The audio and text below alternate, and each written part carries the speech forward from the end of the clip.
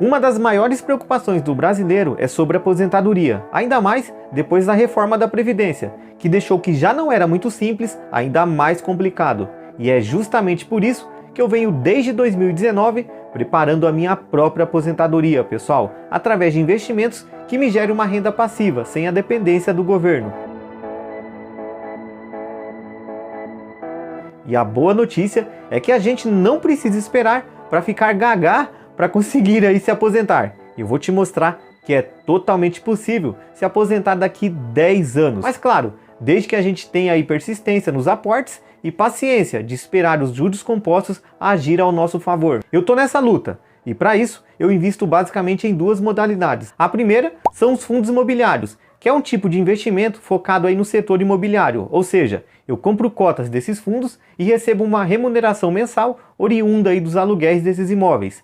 E a segunda modalidade é a participação em grandes empresas que também são listadas aí na Bolsa de Valores. Eu compro pedaços dessas empresas e recebo em alguns períodos do ano parte dos lucros que elas adquirem, né, proporcional à participação que eu tenho nelas. Aí um ponto de atenção.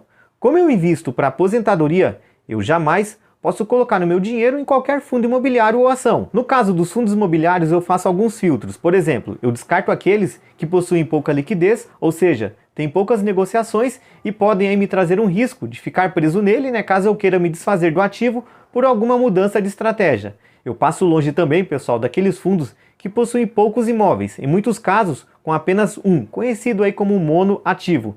Depender de apenas um ativo, pessoal, é correr um risco totalmente desnecessário, já que nós temos centenas de fundos que possuem vários imóveis no seu portfólio. Isso também serve para aqueles fundos que têm vários ativos, porém apenas um inquilino. Não faz sentido, né, a gente depender aí de apenas um inquilino, sendo que tem fundos com 20, 30 locatários diferentes. O patrimônio do fundo é outro indicador aí que eu levo em consideração. Se é um fundo grande, muito provavelmente ele vai ter mais facilidade, né, de superar uma possível crise econômica. Enfim, pessoal, eu considero a minha carteira de fundos imobiliários a melhor do mundo. É mesmo, é? Afinal, nada melhor do que você seguir as suas próprias convicções. Já as ações, atualmente já com uma estratégia formada, né, eu coloco meu dinheiro naquelas que tem como política entregar uma boa parte dos lucros para os acionistas. Geralmente, essas empresas estão inseridas no setor de energia, saneamento, financeiro e seguros. Eu tenho, por exemplo, a Taesa, Banco do Brasil, Santander, Sanepar, entre outras ações aí. No total são 7, mas pelo amor de Deus, gente, não considere aqui como uma recomendação de compra. Afinal, o que eu considero bom para mim pode ser ruim aí para você. Como eu disse, eu ainda estou nessa luta aí da aposentadoria, né? Em 2022, eu tive uma média de renda mensal, pessoal, de dividendo de R$ 1.300. Olha só que legal. Já é mais que um salário mínimo por mês, né? E eu considero bastante positivo esse resultado. Só para vocês verem a evolução, lá em janeiro de 2020, o meu dividendo foi de menos de R$ 1.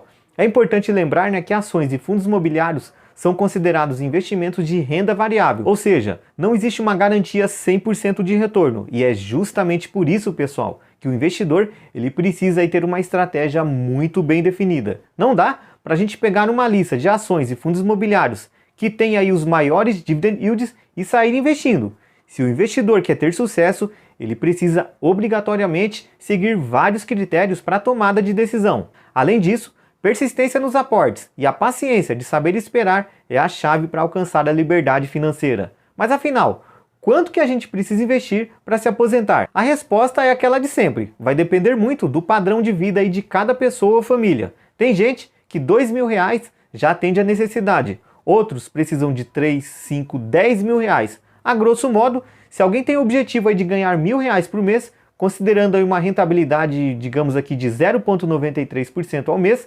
precisaria investir em torno de 107 mil, numa carteira aí composta de fundos imobiliários e ações. Agora, é qualquer um que tem essa grana toda nesse exato momento para investir? Certamente que não, né, pessoal? Mas nem por isso o nosso sonho fica por aqui. Existe um mecanismo que a gente pode ir fazendo aportes mensais, ou seja, a gente pode ir construindo o nosso patrimônio ao longo dos anos. E aqui não tem segredo, quanto maior for o aporte mensal, mais rápido se chega aí à renda desejada. Por exemplo, se a gente deseja aqui ganhar R$ 5.000 de renda passiva, que para mim é um valor mais que suficiente para sobreviver, considerando a mesma rentabilidade de 0,93% ao mês, investindo religiosamente R$ 1.000 mensais pelo período, por exemplo, de 10 anos, não vai ser nesse período que se chegará aí nos R$ 5.000 de renda passiva. Aí você tem duas opções: acalmar o coração, né, e continuar investindo por mais tempo, por exemplo, vamos colocar aqui 15 anos, e mesmo assim ainda não será possível, né? Vamos ver 17 anos.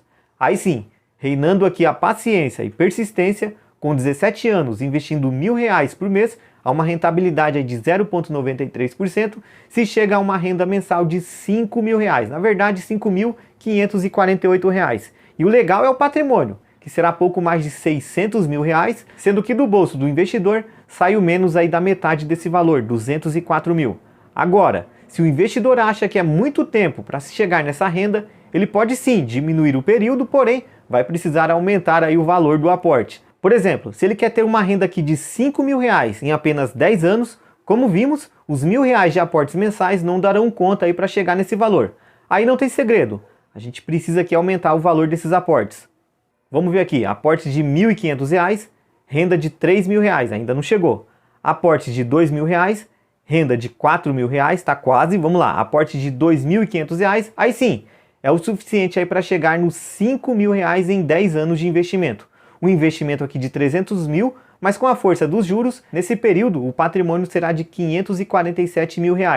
Gente, alcançar a liberdade financeira não é fácil, exige aí muita disciplina e foco. É super importante que você comece esse projeto o quanto antes. Afinal, de acordo com dados apresentados pelo IBGE, em 2050 o Brasil terá uma proporção de 2 aposentados para cada contribuinte.